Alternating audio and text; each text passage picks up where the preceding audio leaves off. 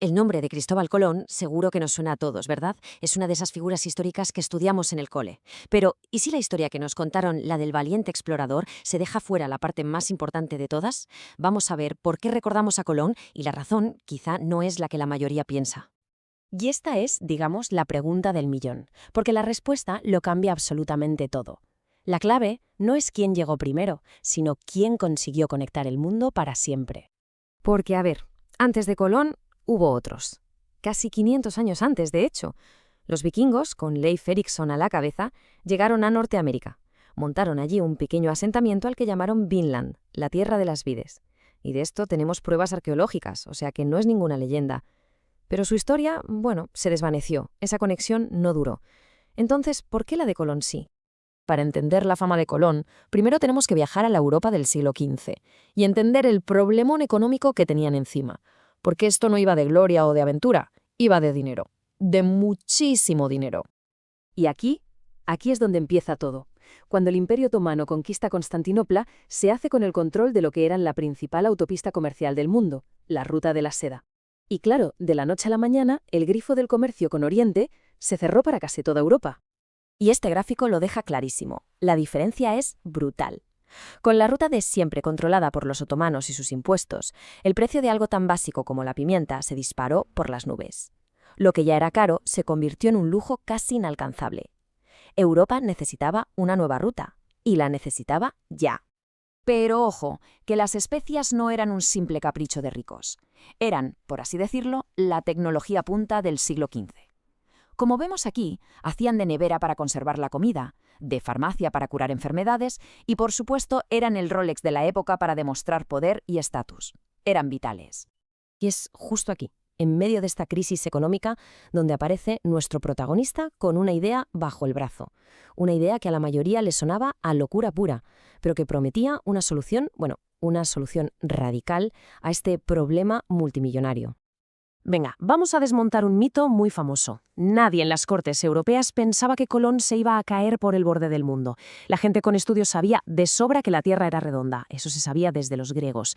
El debate de verdad no era sobre la forma del planeta, sino sobre algo mucho más práctico, su tamaño. Y aquí está la gran ironía de toda esta historia. El plan de Colón se basaba en un error de cálculo, pero un error garrafal.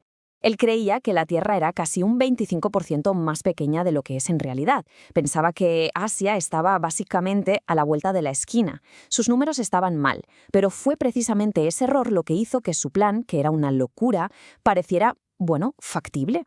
Pero que nadie piense que esto fue llegar y besar el santo. Colón fue un emprendedor increíblemente tenaz. Primero fue a Portugal, que era la mayor potencia naval del momento, y sus expertos, que sabían de números, le dijeron que su plan no tenía ni pies ni cabeza, así que se fue a España. Y allí tuvo que esperar casi una década, insistiendo, hasta que los reyes católicos, justo después de ganar la Guerra de Granada, decidieron apostar por su proyecto de altísimo riesgo. Y cuando por fin le dieron el sí, las condiciones que consiguió negociar son alucinantes. No pedía un sueldo, no. Pedía ser nombrado almirante, virrey, gobernador, de todo lo que encontrase y además un 10% de todas las riquezas. Un 10%. Quería ser socio, no un empleado, en la mayor empresa del siglo.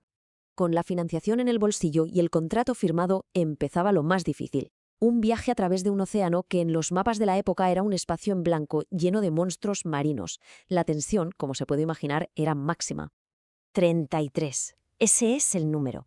33 días seguidos navegando después de salir de las Canarias sin ver absolutamente nada más que agua y cielo. Imaginaos la angustia. Cada día que pasaba, el mismo horizonte infinito. El miedo y la desesperación empezaban a hacer mella. La situación llegó a un punto límite. La comida se estaba pudriendo, el agua escaseaba y los cálculos de Colón cada vez parecían más una fantasía. La tripulación estaba al borde del motín. Querían dar la vuelta ya. Y aquí fueron clave los hermanos Pinzón, los capitanes de las otras dos carabelas. Ellos lograron calmar a la gente y convencerles para aguantar un poco más. Básicamente, salvaron la expedición. Y entonces, de madrugada, el 12 de octubre, se escuchó el grito que lo cambió todo para siempre. Desde lo alto del mástil de la Pinta, el vigía Rodrigo de Triana lo vio claro. ¡Tierra! Lo habían conseguido. Habían llegado. Llegar fue histórico, desde luego, un hito increíble, pero llegar en realidad era solo la mitad del camino. Lo que de verdad cambió el mundo fue lo que pasó después. Y aquí está la clave de todo, la respuesta a la pregunta del principio. Los vikingos llegaron, sí, pero su historia murió con ellos en esas costas lejanas. Colón llegó y regresó. Y al volver con pruebas de lo que había encontrado, tendió un puente permanente e irreversible entre dos mitades del mundo que llevaban milenios viviendo de espaldas. Porque claro, no volvió con las manos vacías. Trajo consigo las pruebas que necesitaba: objetos de oro, papagayos de colores imposibles, plantas nunca vistas en Europa e incluso trajo a varios nativos. Este fue el pistoletazo de salida de lo que hoy conocemos como el intercambio colombino, una transferencia masiva de todo tipo de cosas que iba a redibujar el mapa biológico y cultural del planeta entero. La noticia de su regreso provocó un auténtico terremoto geopolítico.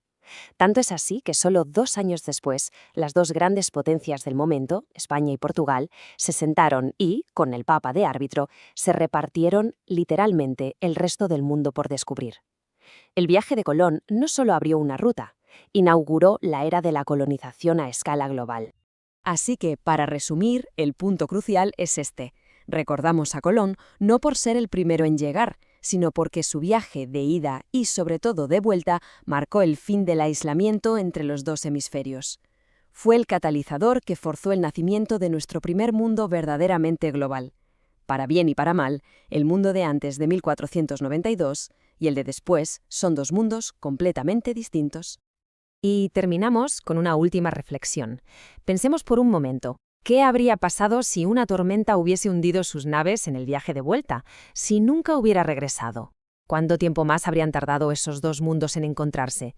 Toda la historia que conocemos pende del hilo increíblemente frágil de ese único y exitoso viaje de regreso.